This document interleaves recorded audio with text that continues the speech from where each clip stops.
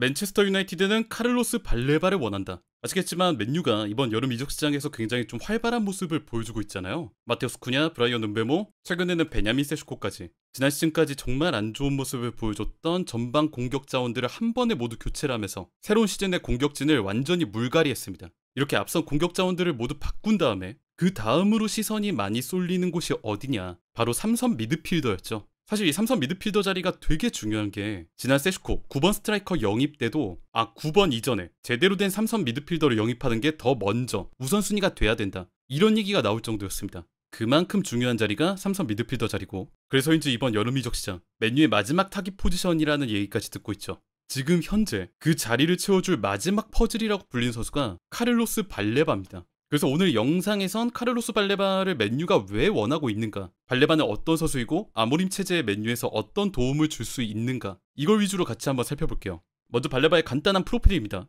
2004년생 21세, 어린 선수고요. 신장은 179cm, 수비형 미드필더 포지션에서 많이 뜁니다. 그리고 또 하나 우리가 살펴봐야 할 점이 이 선수가 또 왼발잡이입니다. 카메룬 국적이고요. 2023년부터 브라이튼에서 뛰고 있습니다.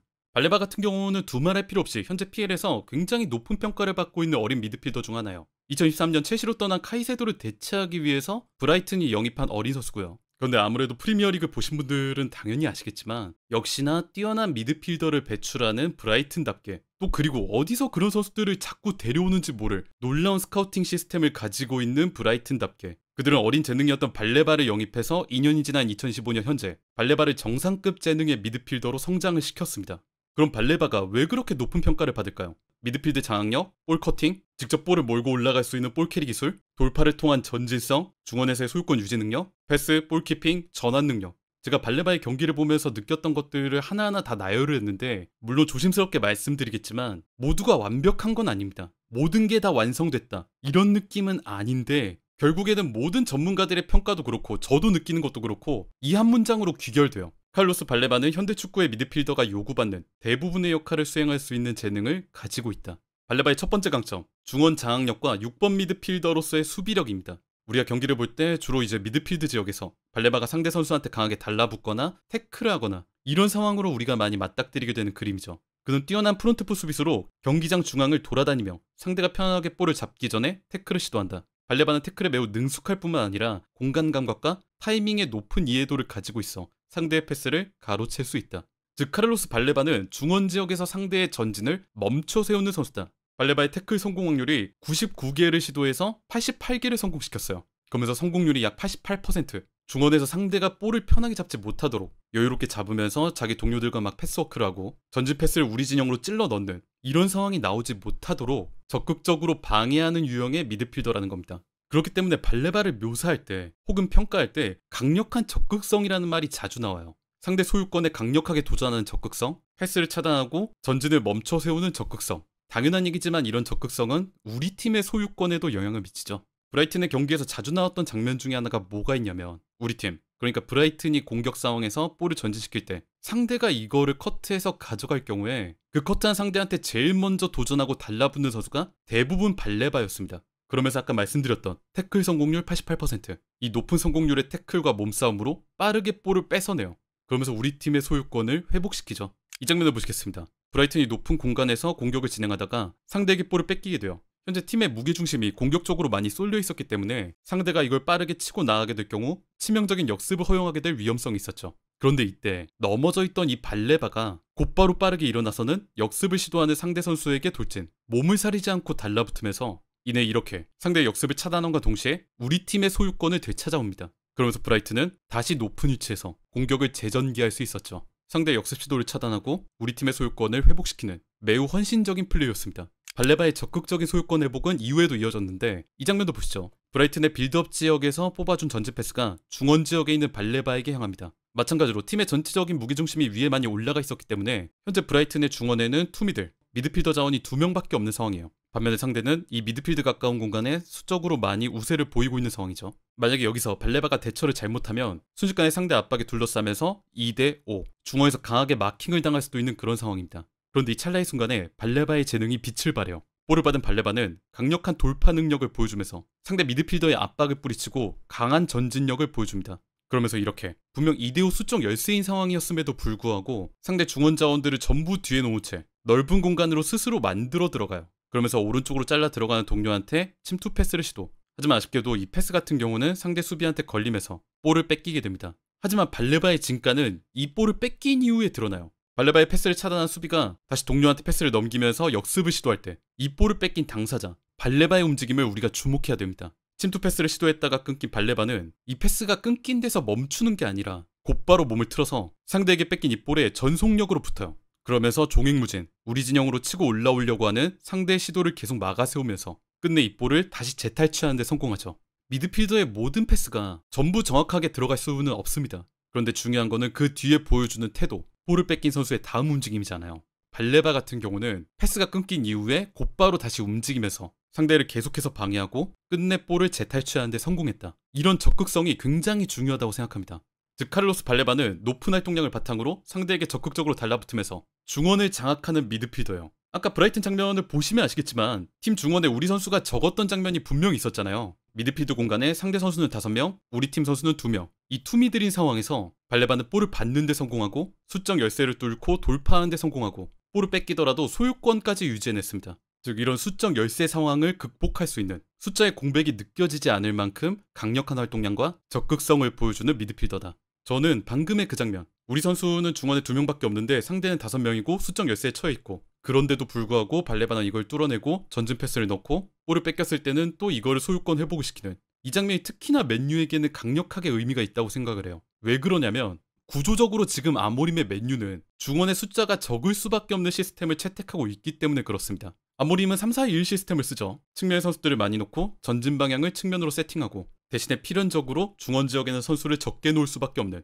그런 구조의 시스템을 쓰고 있습니다. 그래서 유나이티드의 경기를 보면은 우리 팀의 투미들이 상대의 3미들, 4미들 이런 선수들에 비해서 수적 열세 상황에 놓여있는 경우가 상당히 많아요. 결국에는 선택과 집중의 문제인데 측면 지역에 좀 더 힘을 싣기 위해서 중원의 선수를 어쩔 수 없이 좀 더 적게 배치해야 되는 그런 구조적인 선택의 결과로 보면 좋을 것 같아요. 그런데 이런 시스템적인 열세 상황, 이 수적 열세를 채워줄 수 있는 건 활동량 높은 적극적인 미드필더라는 얘기죠. 아모림의 3-4-2-1입니다. 후방에 백스리가 있고 그 앞에 4명, 전방 하프스페이스 인근에 2선 자원이 1명씩, 그리고 최전방 스트라이커 하나. 아모림 같은 경우는 이제 양쪽 측면을 모두 강조하는 감독에 가깝죠. 양쪽 윙백이 모두 높게 올라가고요. 그러면서 양쪽 측면에 각각 2명의 선수들이 링크합니다. 다른 감독들의 시스템들에 비해서 상대적으로 측면에 좀 많이 힘을 싣는 그런 시스템에 가까워요. 그러다 보니까 자연스럽게 중원에는 투미들, 미드필드를 받쳐줄 선수가 2명밖에 없다는 얘기죠. 이 투미들이 예를 들어 상대의 3미들, 많게는 4미들에서 5미들을 마주했을 때 당연한 얘기겠지만 중원에서 수적으로 이득을 보기는 많이 어렵습니다.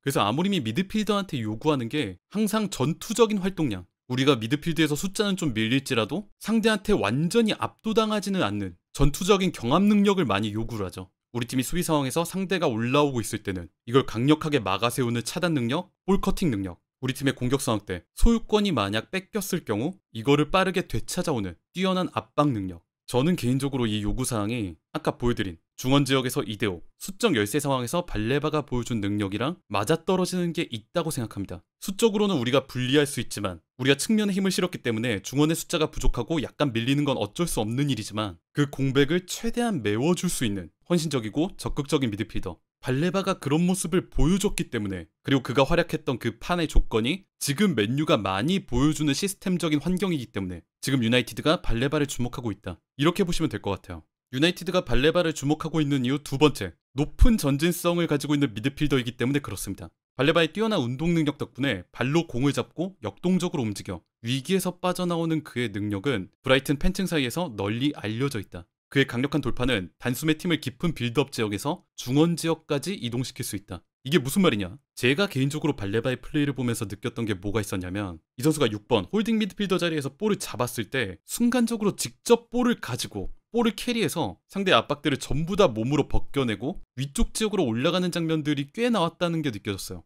저는 이게 굉장히 인상적이었어요. 현대축구에서 빌드업이 당연시되고 이거를 방해하려는 상대의 전방 압박이 또 당연시되다 보니까 우리 팀의 6번이 상대의 집중 견제의 대상이 되는 경우들이 굉장히 많잖아요. 그러다 보니까 빌드업, 특히나 빠른 전진을 요구하는 팀 같은 경우는 이 빌드업의 중심이 되어주는 6번 미드필더가 이 압박을 어떻게 벗겨낼 수 있느냐, 상대가 압박을 했으니까 자연스럽게 상대 후방이나 중원 지역에는 선수가 비교적 적을 거잖아요. 6번이 압박을 벗겨낼 수만 있으면 완전히 새로운 세상이 열리는 건데 이 압박을 벗겨낼 수 있는 6번 미드필더의 가치, 이거를 발레바는 단순한 동료의 패스워크 이게 아니라 자신이 직접 돌파를 하면서 볼을 캐리해서 올라간다는 겁니다. 이런 상대 전방 압박에 대한 탈압박 부분은 아쉽지만 유나이티드가 최근에 가장 고전했던 부분이에요. 이건 지난 테나흐 체제 때도 그랬고요. 지금 아모림 체제에서도 여전히 마찬가지입니다. 전체적인 빌드업 템포, 전진의 방향성, 중앙으로 갈까 측면으로 갈까? 이런 세부적인 사항들은 다 달라졌을 수도 있겠지만 선수 하나하나의 롤을 따져봤을 때 6번 미드필더 롤을 맡은 선수가 탈압박 능력이 좋았냐? 상대의 압박을 다 벗겨내고 팀 전진의 새로운 시야를 열어줬느냐? 그거는 변함없이 안 되고 있다고 생각해요.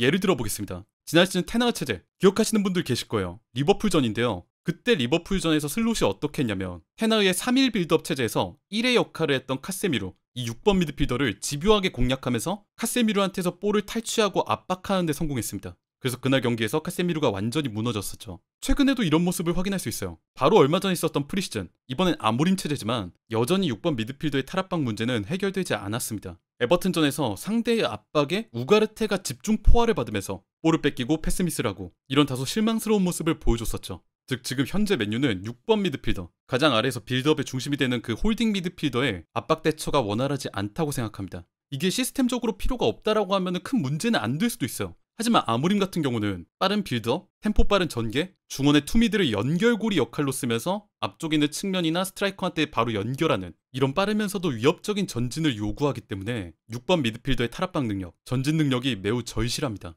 가운데서 여유롭게 템포를 조율하고 패스워크라는 그런 8번이 아니라 비교적 후방, 빌드업의 중심에서 상대의 압박을 마주했을 때 이거를 터프하게 벗겨내면서 위로 올라가고 동료에게 전진 루트를 열어줄 수 있는 그런 6번 미드필더가 시스템적으로 반드시 필요하다는 거죠. 그런데 지금 발레바는 이런 능력을 장착하고 있는 6번입니다. 이 장면을 보시겠습니다. 브라이튼이 후방에서 빌드업을 하고 있는데 발레바가 아래쪽으로 내려와서 빌드업에 깊이 관여하고 있어요. 이 선수가 왼발잡이다 보니까 이 왼쪽 센터백 인근 지역, 왼쪽 후방에 내려와서 빌드업을 도와주는 경우들이 꽤 있거든요. 지금 상황에서도 이렇게 왼쪽 공간에 내려와서 라볼피아나에 가까운 형태로 빌드업을 하고 있는데 이때 상대인 리버풀의 압박 자원들이 이 6번인 발레바를 노리고 압박을 걸기 위해 앞으로 나옵니다. 이때 발레바의 대처가 놀라웠어요. 발레바는 이 압박을 마주하고는 다른 곳으로 볼을 빼는 게 아니라 정면에서 도전을 하기로 했죠. 이 중앙 공간을 직접 돌파를 시도하면서 빠르게, 매우 빠르게 중앙 지역을 돌파를 했습니다. 6번 미드필더인 발레바가 이렇게 갑자기 중앙 지역을 돌파를 하면서 위로 올라오는 거, 이 부분에 당황한 리버풀은 생각보다 넓은 공간을 발레바에게 내주고 말았고 이후 브라이튼의 중앙 지역 공격 상황으로 이어지게 됐죠. 이 장면도 마찬가지입니다. 발레바가 6번 미드필더로 후방 빌드업을 맡고 있습니다. 이때 역시나 상대의 압박 자원들이 이 발레바를 노리고 강하게 압박을 겁니다. 보통의 6번이라면 아래에 있는 동료한테 볼을 내리거나 측면 쪽으로 볼을 빼거나 이런 선택을 내릴 법도 한데 발레바의 선택은 완전히 달랐어요. 상대의 전방 압박을 마주한 발레바는 2대1 상황에서 곧바로 몸을 틀어 자신이 직접 빌드업 상황에서 돌파를 시도를 합니다. 그러면서 본인이 직접 볼을 캐리해서 위로 올라가겠다라는 선택을 하죠. 분명 2대1 상황이었지만 발레바는 그 상대의 압박을 모두 뿌리치고 보다 앞쪽 공간으로 전진하는 데 성공했습니다. 앞쪽 2명의 압박이 떨어졌기 때문에 이번엔 그 아래에 있는 자원들이 발레바의 전진을 막기 위해 뛰어들어요. 이걸 확인한 발레바는 앞쪽에 있는 동료한테 패스, 볼을 넘겨준 상태로 뒤쪽 공간으로 간 다음에 동료의 리턴을 받습니다. 그리고는 이렇게 간단한 원투만으로 넓은 공간을 차지하는 데 성공했죠. 이 시점에서 이미 브라이튼은 상대의 압박을 완벽하게 벗겨냈습니다. 6번 미드필더의 탈압박, 돌파 능력 하나만으로 말이에요. 이후 발레바는 왼쪽 넓게 벌린 미토마에게 패스, 상대 선수 자원들을 이미 뒤쪽에 많이 두고 왔기 때문에 브라이튼은 측면 지역에서 보다 넓게 공격을 전개할 수 있었죠. 이런 돌파를 활용한 탈압박 능력은 지금 발레바가 보여주고 있는 가장 강력한 특성 중에 하나이기도 하고요. 지금 맨유에게 있어 가장 부족한 부분 중에 하나이기도 합니다. 발레바는 지금 아모림에게 필요한 프로필의 6번이다. 발레바의 압박 속에서 소유권을 유지하는 능력은 유럽 5대 리그에서 뛰는 23세 이하 미드필더들 중에서 가장 뛰어난 것으로 나타났다. 이는 그가 중앙에서 볼을 다루는데 얼마나 성숙한지를 보여준다. 상대의 압박을 마주했을 때 보여주는 대처 능력, 단순히 볼을 돌리고 동료한테 볼을 떠넘기는 이런 식의 빌드업이 아니라 본인이 직접 그 압박을 이겨내고 위로 올라가려는 시도, 볼을 뺏기지 않으면서 소유권을 유지하는 능력, 이게 어떻게 보면 지금 맨유에게 가장 부족한 부분, 그리고 동시에 발레바가 가지고 있는 강력한 강점 중 하나입니다. 즉 카를로스 발레바의 영입은 단순히 급한 불 끄기, 오버페이, 재능 있어 보이는 유망주를 비싼 돈 주고 사오기 이런 거라고 저는 절대 생각하지 않아요. 왜냐하면 발레바는 감독이 전술적으로 바라보는 그 아이디어를 확실하게 뒷받침해줄 수 있는 미드필더이기 때문에 그렇습니다. 지금까지 말씀드린 그런 특성들, 강력한 수비력, 적극성, 탁월한 타락방 능력과 중원 전진 능력, 여기에 추가로 21세라는 어린 나이, 지금 맨체스터 유나이티드가 바라보고 있는, 후뱅 아모림이 바라보고 있는 그런 팀 스쿼드에 거의 완벽하게 들어맞는 선수죠. 물론 영상 초반에 말씀드렸지만 이 선수가 모든 재능이 만개했다? 완벽한 미드필더다? 이런 거는 절대 아닙니다. 아직 물론 고쳐야 될 부분들이 있고요. 태클을 많이 하다 보니까 뭐 카드를 많이 수집하는 그런 모습들도 있고, 하지만 그런 단점들을 모두 가릴 정도로, 리스크가 거의 생각나지 않을 정도로 지금 맨유에 너무나 잘 맞는 프로필의 선수다. 저는 개인적으로 그렇게 생각합니다. 물론 이적이 어떻게 진행될지는 모르겠어요. 선수 자체는 의사가 있어 보이는데 역시나 구단 간 합의가 참 어려울 거라고 예상이 되고요. 맨유는 당연히 원하겠지만 브라이튼은 이 선수를 팔 이유가 크게 없기 때문에 이적이 쉬울 것 같지는 않은데 모르겠습니다. 일단 이번 이적 시장에서 놀라운 영입들을 해냈던, 팀 보강의 의지를 많이 보여줬던 맨유인 만큼 팀의 마지막 퍼즐, 발레바까지 영입을 한다면 정말 중요한 방점을 찍는 그런 이적 시장이 되지 않을까, 그렇게 생각을 해요. 이적이 쉽지는 않겠지만 앞으로 발레바의 상황을 우리가 좀 주목해서 지켜볼 필요는 있겠습니다.